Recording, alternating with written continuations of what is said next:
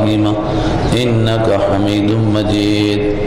اللهم بارك على محمد وعلى آل محمد كما باركت على إبراهيم وعلى آل إبراهيم إنك حميد مجيد يا رب صل وسلم دائما أبدا على حبيبك خير الخلق كلهم الحمد لله نحمده ونستعينه ونستغفره ونؤمن به ونتوكل عليه ونعوذ بالله من شرور أنفسنا ومن سيئات أعمالنا من يهده الله فلا مضل له ومن يضلله فلا هادي له ونشهد أن لا إله إلا الله وحده لا شريك له ونشهد أن سيدنا ونبينا ومولانا محمدا عبده ورسوله صلى الله تعالى عليه وعلى آله وأصحابه أجمعين أما بعد أعوذ بالله من الشيطان الرجيم بسم الله الرحمن الرحيم يا أيها الذين آمنوا لا تتخذوا بطانة من دونكم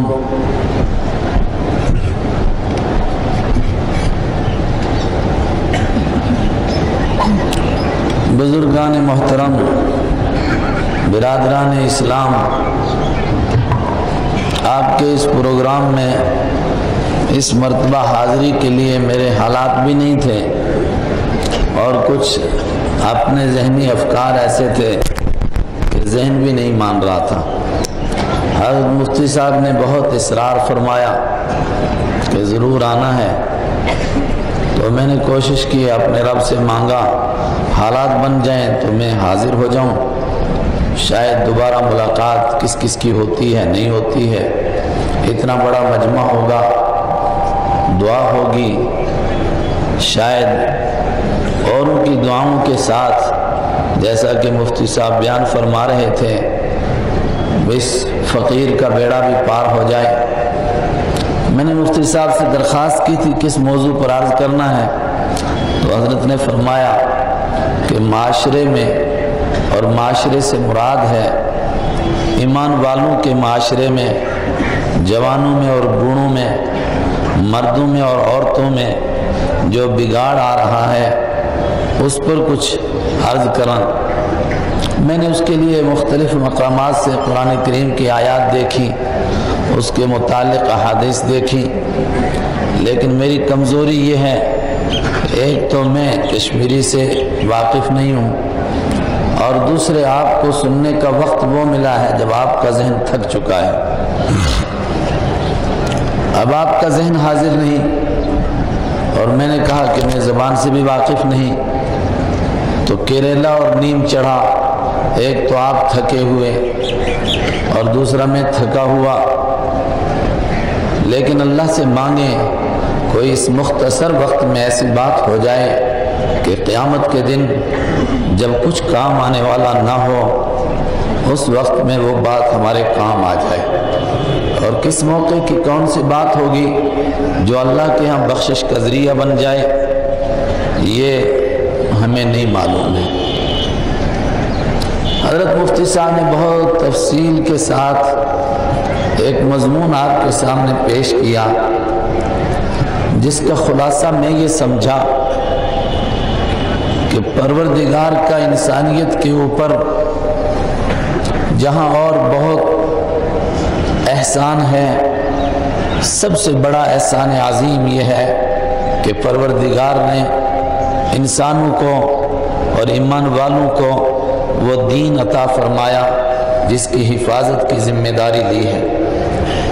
اور میرا اور آپ کا اس پر ایمان ہے قیامت تک یہ دین محفوظ رہے گا۔ آج یہودیت پریشان ہے، عیسائیت پریشان ہے، ہندوازم بوکھلایا ہوا ہے، بدھ مذہب والے پریشان ہیں کہ اگر وہ اپنے دھرم پر چلنا چاہیں، اپنے مذہب کو اپنانا چاہیں، ان کے سامنے کوئی واضح شاہراہ نہیں ہے، ان کے سامنے ان کے مذہب کی صاف باتیں نہیں جن کو وہ مان سکیں، عیسائی حضرت عیسیٰ علیہ السلام کی سنتوں کو اپنانا چاہیں، ان کے پاس عیسیٰ علیہ السلام کا طریق زندگی نہیں۔ یہودی حضرت موسیٰ علیہ السلام کی سنتوں پر چلنا چاہیں، ان کے پاس موسیٰ علیہ السلام کی طریق زندگی، ان کی سنتیں نہیں ہیں۔ اس کے مقابلے میں اس امت پر یہ احسان ہوا، اس امت کو بہترین نبی عطا ہوئے، بہترین کتاب عطا ہوئی، بہترین طریقہ عطا ہوا۔ یرید اللہ بکم اليسر ولا یرید بکم العسر، تمہارا مالک تمہارے ساتھ آسانی کرنا چاہتا ہے۔ وہ دین عطا فرمایا جو ہر دور میں نافذ العمل رہے گا، ہر دور کے اندر اس پر عمل کرنا ممکن ہوگا، دنیا کے کونے کونے میں انسان اس پر عمل کر سکیں گے۔ اوپر سے پھر یہ گارنٹی دی، زمین دنیا میں زمانہ میں اونچ نیچ آئے گی، زیرو بم ہوگا، حالات بدلیں گے، مگر انا نحن نزلنا الذکر وانا لہ لحافظون، یہ قرآن میں نے نازل کیا ہے، یہ دین میں نے تم کو دیا ہے، میں قیامت تک اس دین کی حفاظت کروں گا، اور جب اس دین کی حفاظت نہیں ہوگی اور یہ دین مٹے گا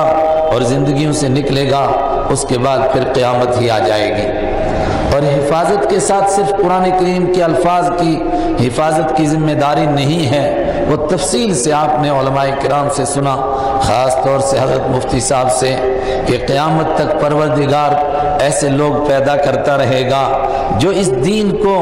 مکمل طور پر جس طرح حضرت رحمت عالم صلی اللہ علیہ وسلم کے زمانے میں تھا اسی طرح اس کو عملی شکل میں انسانوں کے سامنے پیش کریں گے۔ اور دنیا میں ایسے لوگ بھی پیدا ہوں گے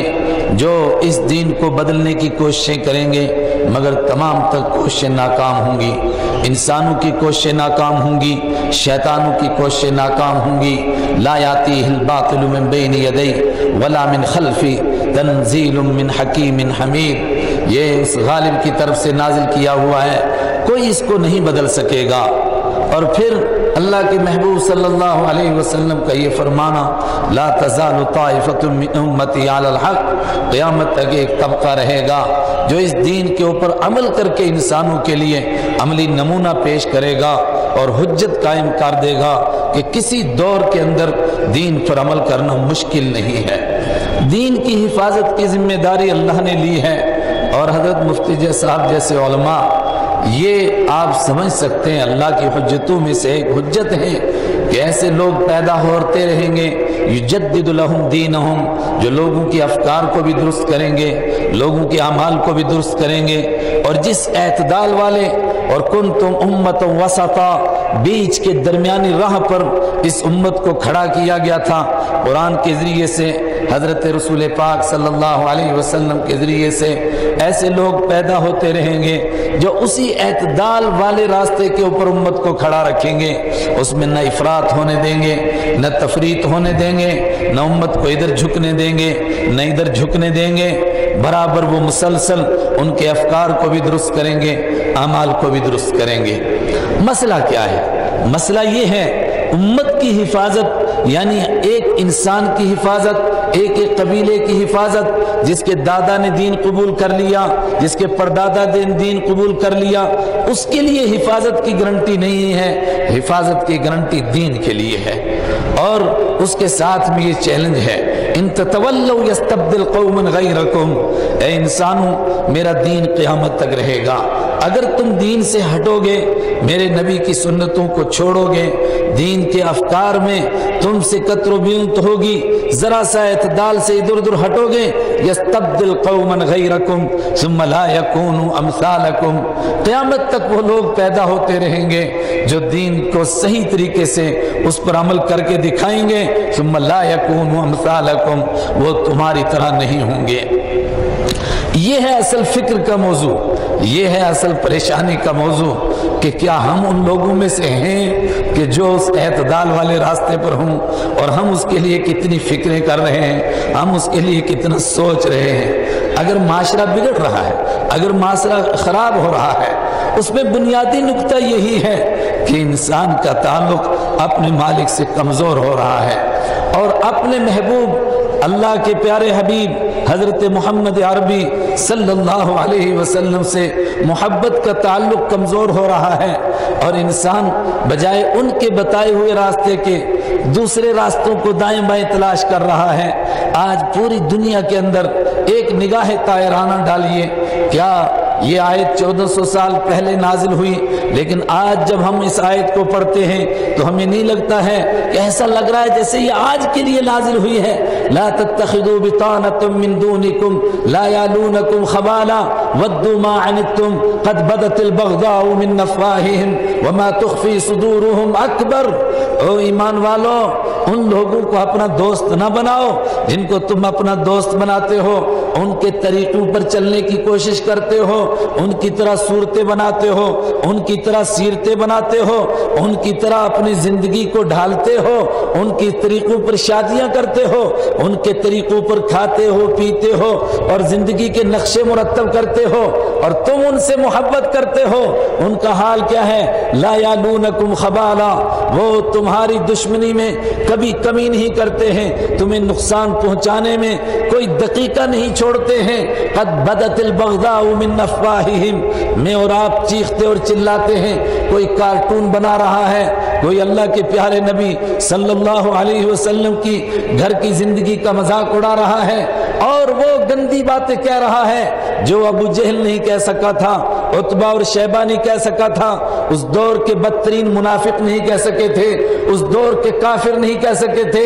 وہ باتیں کہہ رہا ہے۔ قد بدت البغضاء من افواہہم، اور قرآن کریم کہہ رہا ہے یہ کوئی حیرت کی بات نہیں، یہ ان کے اندر کی دشمنی ہے جو کبھی کبھی چھلک کر ان کے منہ پر آ جاتی ہے۔ وما تخفی صدورہم اکبر، اور جو کچھ دلوں کے اندر چھپا کر رکھا ہوا ہے وہ اس سے بڑا ہے، وہ بہت زیادہ ہے، تم اس کو نہیں سمجھتے ہو، مگر تمہاری بدقسمتی کیا ہے؟ ہا انتم اولئک تحبونہم ولا یحبونکم، کبھی دیکھو اس کو سوچو، ہا انتم اولئک تحبونہم، تم ان دنیا کے بدترین خلائق جن کو قرآن کریم کہہ رہا ہے ان الذین کفروا من اہل الکتاب والمشرکین، وہ انسان جو اپنے مالک کے منکر ہیں، اس کو اپنا مالک نہیں مانتے ہیں، وہ اپنے آپ کو اہل کتاب کہیں، وہ اپنے آپ کو مشرک کہیں، اولئک ہم شر البریہ، یہ کائنات میں بدترین انسان ہیں، مگر تمہارا کام کیا ہے او امت مسلمہ؟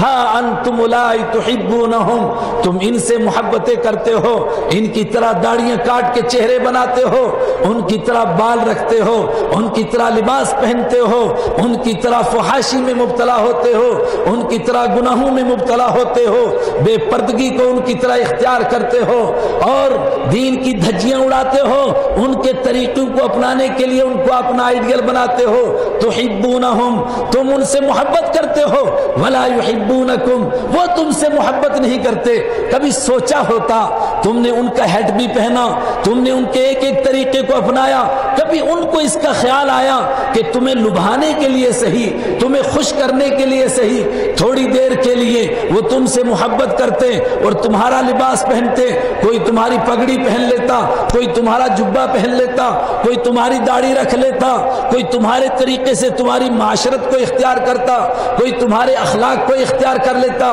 کوئی تمہارے کردار کو اختیار کر لیتا، کوئی معاملات میں تمہارے جیسے معاملے کرنے لگتا، تم سے محبت کرتا۔ ہا انتم اولئک تحبونہم ولا یحبونکم، ہائے بدقسمت انسانوں، اس کے باوجود تم ان سے محبت کرتے ہو، تم نفرت کرتے ہو، چیختے ہو، چلاتے ہو، یہ ہمارے نبی کی مذاق اڑاتے ہیں، یہ بدترین خلائق ہیں۔ ہم انسانوں کو امن کا پیغام دینے کے لیے آئے اور ہم سب پر ایمان لاتے ہیں۔ وَتُؤْمِنُونَ بِالْكِتَابِ كُلِّهِ، حالانکہ تم ہر ایک کتاب کو مانتے ہو۔ کیا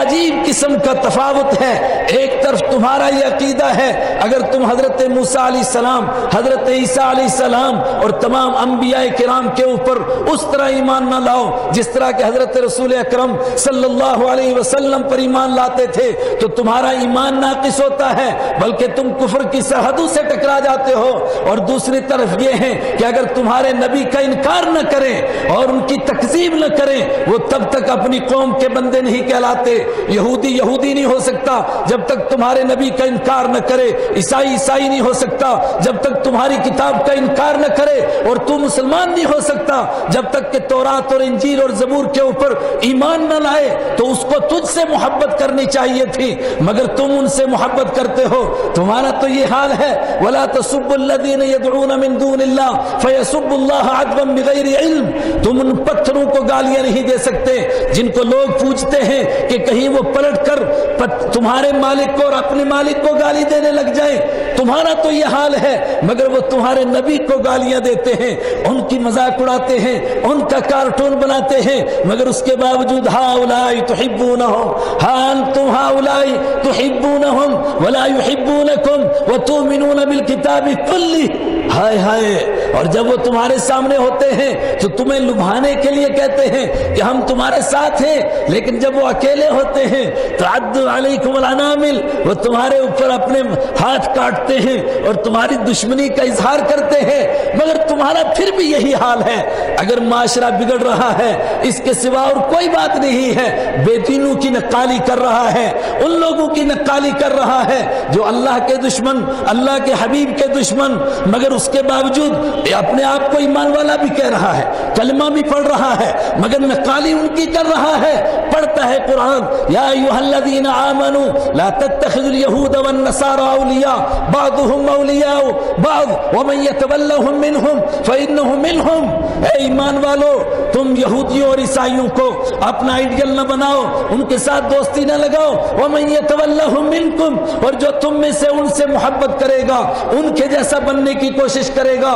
ہم اعلان کرتے ہیں فإنه منهم، وہ انہی میں سے ہے۔ آپ تصور کی نگاہ میں دیکھیے، 1400 سال پیچھے چلے جائیے، صحابہ کرام کو کون سی چیز مانے تھی جس کے لیے قربانیاں دے رہے تھے؟ اس کے سوا اور کیا بات تھی؟ اللہ کے حبیب صلی اللہ علیہ وسلم سے محبت تھی، اس محبت کی وجہ سے انہوں نے سب کچھ قربان کیا تھا، اپنے آپ کو مصیبتوں میں ڈال رہے تھے، پریشانیوں میں ڈال رہے تھے، لیکن اس محبت کے اوپر سودا نہیں کر رہے تھے۔ آپ دیکھ رہے ہیں کیسے مظلوم لوگ ہیں اور کس طاقت کے ساتھ دین کو مضبوطی سے پکڑا ہوا تھا، اور قرآن کریم کہہ رہا ہے کہ قیامت تک ایسے لوگ ہوتے رہیں گے جو اسی طرح دین کو مضبوطی سے پکڑیں گے۔ کاش کہ میں اور آپ ان لوگوں میں سے ہوں۔ آپ دیکھیں یہ سارے حالات ان کے سامنے بھی ہیں، صحابہ کے سامنے بھی ہیں۔ کیا ہم حضرت سمیہ رضی اللہ تعالی عنہ اور ان کے شوہر حضرت یاسر اور ان کے بیٹے حضرت عمار سے زیادہ مظلوم ہیں؟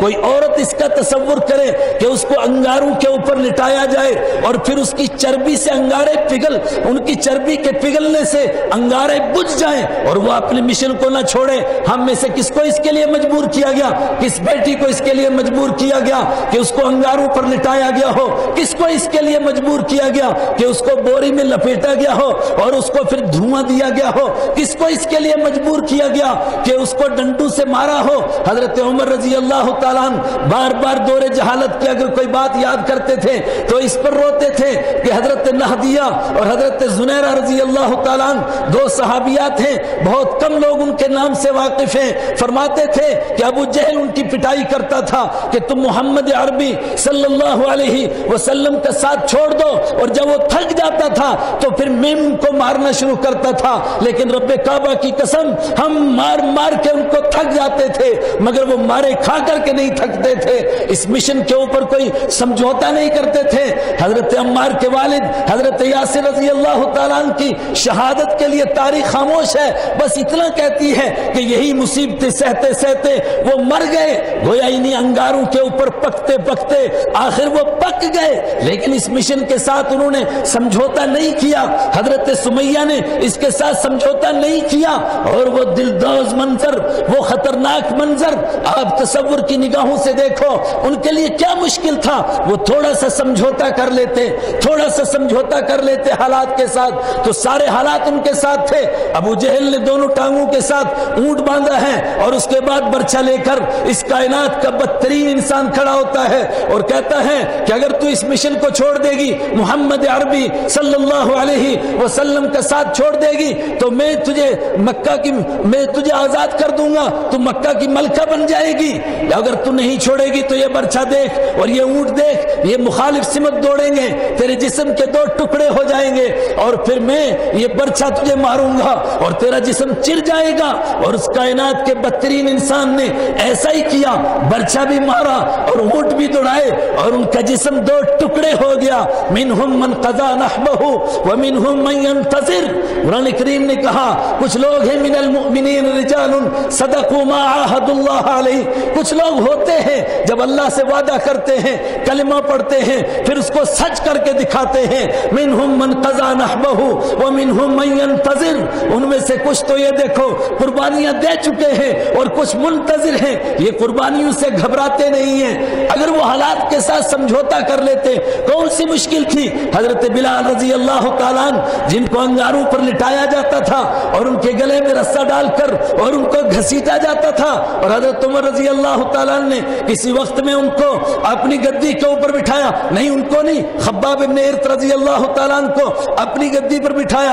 اور فرمایا کہ میں اس گدی کے لائق تم سے بڑھ کر صرف بلال کو سمجھتا ہوں۔ حضرت خباب نے فرمایا کہ اس وجہ سے کہ بلال نے زیادہ قربانیاں دی۔ حضرت عمر نے فرمایا اسی وجہ سے، فرمایا اگر بلال کا رتبہ بلند ہے، وہ مسجد نبوی کے مؤذن ہیں، تو مجھے آپ کی یہ سوچ تسلیم ہے، لیکن اگر ان کی قربانیاں زیادہ لگی ہیں اور انہوں نے مصائب زیادہ برداشت کیے ہیں تو پھر مجھے کہنے دیجئے۔ بلال حبشی کو گھسیٹا جاتا تھا، مکہ کے اوباش لڑکے ان کے گلے میں رسی ڈال کر ان کو گھسیٹتے تھے اور مکہ کے مشرک ان کو تپتے ہوئے پتھروں کے اوپر لٹا کر کے اوپر سے پتھر رکھتے تھے، لیکن مجھے کہنے دیجئے کہ میں اس بدبخت عورت کا غلام تھا کہ جس کو کوئی شرم و حیا نہیں تھی اور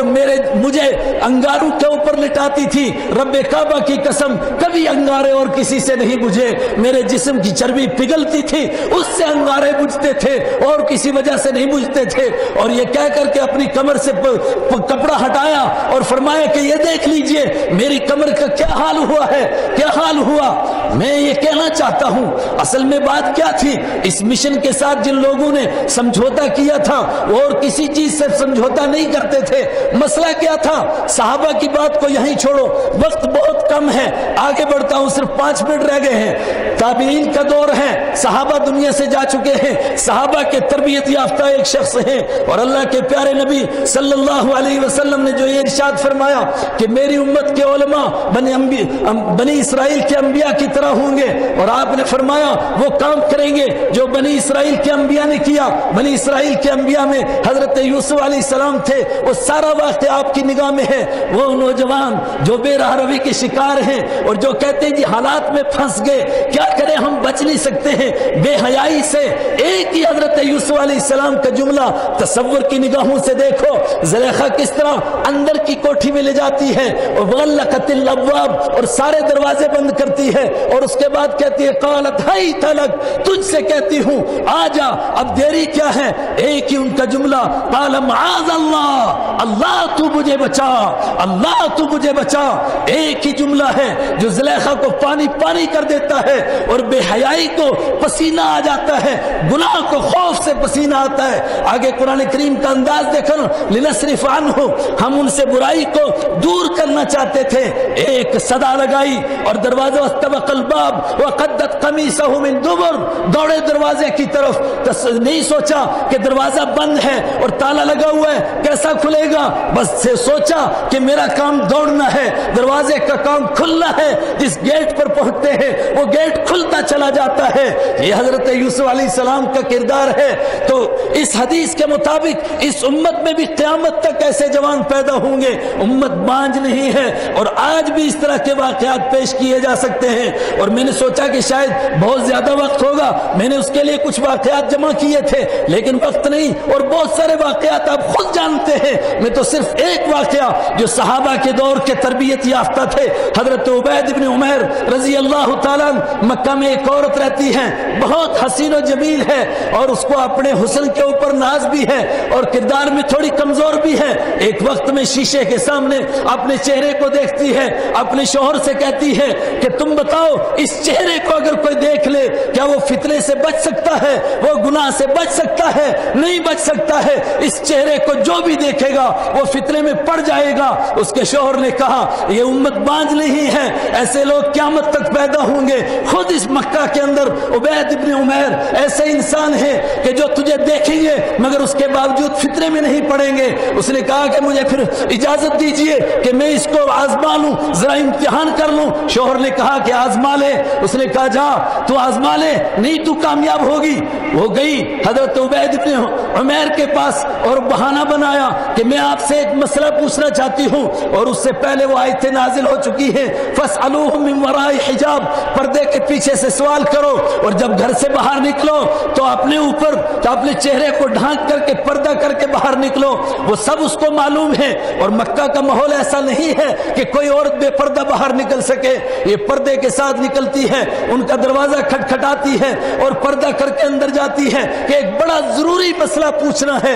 اس مسئلے کے بغیر میں رہ نہیں سکتی ہوں اور آپ کے سوا کوئی بتا نہیں سکتا ہے. انہوں نے فرمایا کہ ٹھیک ہے مسئلہ پوچھنے کے لیے آ جاؤ. اور جب وہ مسئلہ پوچھنے کے لیے بیٹھتی ہے ادھر ادھر کی باتیں کرتی ہے, اپنے چہرے سے کپڑا ہٹاتی ہے اور اس کے بعد ایک دم کہتی ہے مسئلہ تو بعد میں بتاؤں گی, مگر میں کیا بتاؤں, میں آپ پر عاشق ہو چکی ہوں, اب میں باہر نہیں جا سکتی ہوں, آپ میرے لیے کچھ غور کیجئے. فرمایا میں تیرے بارے میں غور کروں گا, لیکن اس سے پہلے میرے چند سوالوں کا جواب دو. جب تیرے سامنے حضرت اسرائیل آئیں گے, موت کا منظر ہوگا, تیری جان نکلنے کے لیے اسرائیل سامنے آ جائیں, ملک الموت آ جائیں, اور تجھے معلوم ہو یہ ملک الموت ہے, اب میری جان نکلی جا رہی ہے, اب مجھے دنیا کو چھوڑنا ہے, ماں باپ کو, رشتہ داروں کو, سب کو چھوڑ کر اکیلے نکلنا ہے, اور گھر سے میری میت نکلنی ہے اور کوئی میرے ساتھ نہیں جانا ہے. اس وقت میں ملک الموت تیرے سامنے موجود ہو, تو کیا کہہ سکتی ہے مجھے کہ میرے بارے میں غور کرو؟ اس نے کہا نہیں کہہ سکتی ہوں. جس کے سامنے موت کا منظر ہو, جس کے سامنے یہ وجوہ یومئذ ناظرہ الی ربها ناظرہ ووجوہ یومئذ باسرہ تظن ان یفعل بها فاقرہ, جس کے سامنے یہ منظر ہو, کچھ چہرے حشاش اور بشاش ہوں, کھلکھلاتے ہوں, اور کچھ چہرے اداس ہوں, اور ان کو لگے کہ اب کمر توڑی جائے گی, اب رب کی عدالت میں پیش کرنے کے لیے روح نکالی جائے گی. وجاءت سکرۃ الموت بالحق ذلک ما كنت منه تحید, ان سے کہا جائے کہ یہ موت کی بے ہوشی آ گئی, اس سے تو بھاگا کرتا تھا, اب بھاگ کر کے دکھا. اس وقت میں تو مجھ سے یہ سوال کر سکے گی؟ اس نے کہا نہیں کر سکتی ہوں. کہا دوسرا سوال, تجھے قبر میں ڈالا گیا, تیرے رشتہ دار واپس آ گئے, تیرے گھر والے واپس آ گئے, اور اوپر سے بند کر دیا گیا, اور قبر کے کیڑے ہیں, اور رات کی اندھیری ہے, اور قبر کی اندھیری ہے, اور پھر تیرے پاس منکر نکیر پوچھ رہے ہیں من ربک, تیرا رب کون ہے, تیرا دین کیا ہے, وما تقول فی هذا الرجل, اور ان کے بارے میں تو کیا کہتی ہے, یہ محمد عربی صلی اللہ علیہ وسلم تیرے سامنے ہے. مکہ کے کافروں سے پوچھا تھا الم یعرفوا رسولہم افلم یعرف اولم یعرفوا رسولہم, کیا انہوں نے اپنے رسول کو نہیں پہچانا, اس لیے نہیں مانتے ہیں؟ وہ رسول جس کو چرندوں نے پہچانا, جس کو درندوں نے پہچانا, جن کو جھاڑیوں نے پہچانا, اور جس کو چاند نے پہچانا. اے مکہ کے مشرکو, کیا تم نے اس کو نہیں پہچانا, اس لیے نہیں مانتے ہو؟ اور پھر قرآن کریم نے کہا بل جاءہم بالحق, نہیں نہیں تم نے پہچانا ہے, اصل میں وہ حق لے کر کے آئے ہیں, اور حق تمہارے حلق سے نیچے نہیں اترتا ہے. اس قبر کے منظر میں اگر تجھ سے یہ سوال ہو تو کیا تو مجھ سے کہے گی کہ میری ضرورت پوری کرو اور میرے ساتھ نعوذ باللہ گناہ کرو؟ کیا اس وقت میں تو یہ سوچ سکتی ہے؟ اس نے کہا میں نہیں سوچ سکتی ہوں. کہا آگے بڑھ جا, محشر کا میدان ہے, اوہ سب کے سب انسان حاضر ہیں اور ایک دوسرے کو پہچان رہے ہیں, لیکن لا یسأل حمیم حمیما, کوئی دوست کسی دوست کو نہیں پہچانتا. یومئذ ینفخ فی الصور فلا انصاب بینہم, جب سور پھونکا گیا, عدالت میں حاضری ہوئی, اب رشتہ داری کچھ نہیں, کوئی کام نہیں آ رہا ہے, اور مجرم یہ چاہتا ہے کاش آج میری جان چھوٹ جائے, چاہے میری طرف سے سارے لوگ جہنم میں چلے جائے اور تجھے رب کے سامنے لے جایا جا رہا ہو. اس وقت میں تو یہ سوچ سکتی ہے؟ اس نے کہا نہیں سوچ سکتی ہوں. کہا پھر جب اعمال نامے مل رہے ہوں, اما من اوتی کتابہ بیمینہ, ہائے یہ ویسا خطرناک منظر ہے. میں اور آپ سب نہیں گھبراتے, صحابہ گھبراتے ہیں. اللہ نے دنیا میں لاج رکھی, اس کے دین کی وجہ سے چہرے ہمارے محفوظ رہے, اور ہمارے چہروں پر نہیں لکھا گیا, اندر کے حالات باہر نہیں آئے. ہر آدمی جب اپنی کتاب زندگی پڑھتا ہے اور سوچتا ہے کہ قیامت کے دن مجھے میری کتاب زندگی ملے گی, اور کہا جائے گا اقرا کتابک کفا بنفسک اليوم علیک حسیبا, پڑھ یہ تیری کتاب ہے, آج تو اپنا حساب لینے کے لیے کافی ہے. اور آدمی دیکھے گا مالی ھذا الکتاب لا یغادر صغیرہ ولا